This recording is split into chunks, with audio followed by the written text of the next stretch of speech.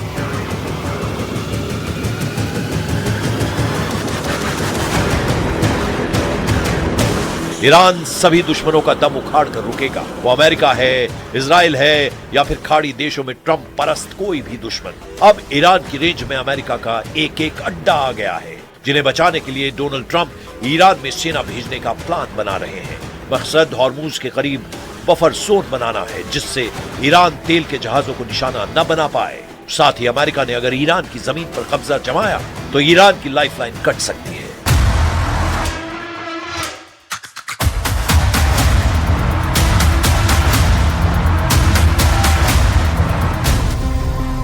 क्योंकि Trump plan बना रहे हैं कि ईरान में ग्राउंड ऑपरेशन के लिए अमेरिकी सैनिकों की जगह सीक्रेट अलायंस को उतारा जाए। अमेरिकी सेना का पहला टारगेट खर्ग आइलैंड पर कब्जे का है, जिसमें अमेरिकी फोर्स के साथ खाड़ी के उन सभी देशों की सेना ईरान में उतरे जहां हमले हो रहे हैं।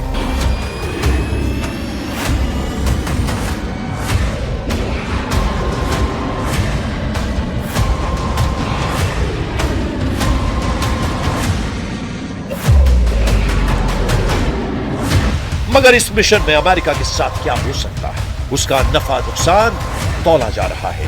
ईरान के खर्ग और खुजिस्तान आइलैंड ट्रंप की पहला जमीनी हमला झेल सकते हैं, इसलिए इनके बारे में बहुत जरूरी बातें समझ लीजिए।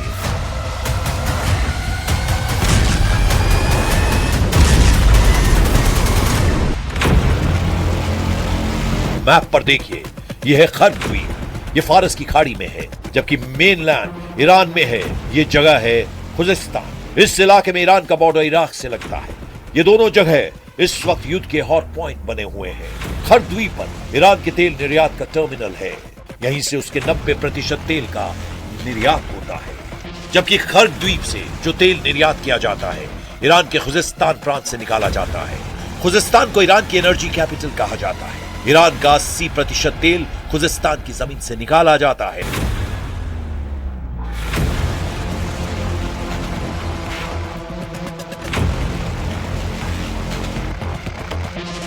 जाहिर है ईरान अपने पावर हाउस को बचाने के लिए पूरी ताकत झोंक देगा।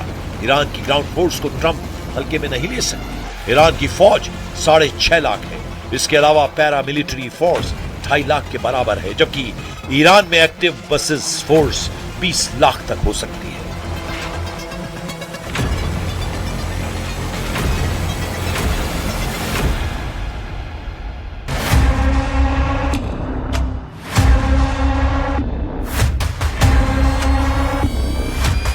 ये तो सिर्फ सेना की बात है। ईरान के 9 करोड़ लोग अमेरिका से युद्ध का ऐलान कर रहे हैं। हालांकि ये तब हकीकत है कि अमेरिका युद्ध में जीते बिना मैदान से हटता नहीं।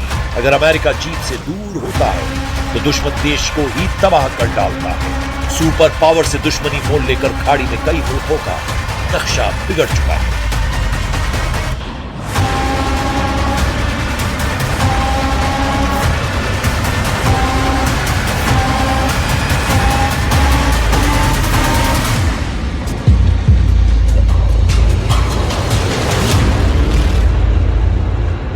अभी ईरान पर ट्रंप सिक्योरिटी का बहाना बनाकर हमला कर रहे हैं। चुने हुए ठिकानों पर धमाके हो रहे हैं। जिस दिन अमेरिका ने फुल स्केल वॉर शुरू की, यकीन मानिए बर्बादी का अंदाजा लगाना मुश्किल हो जाएगा।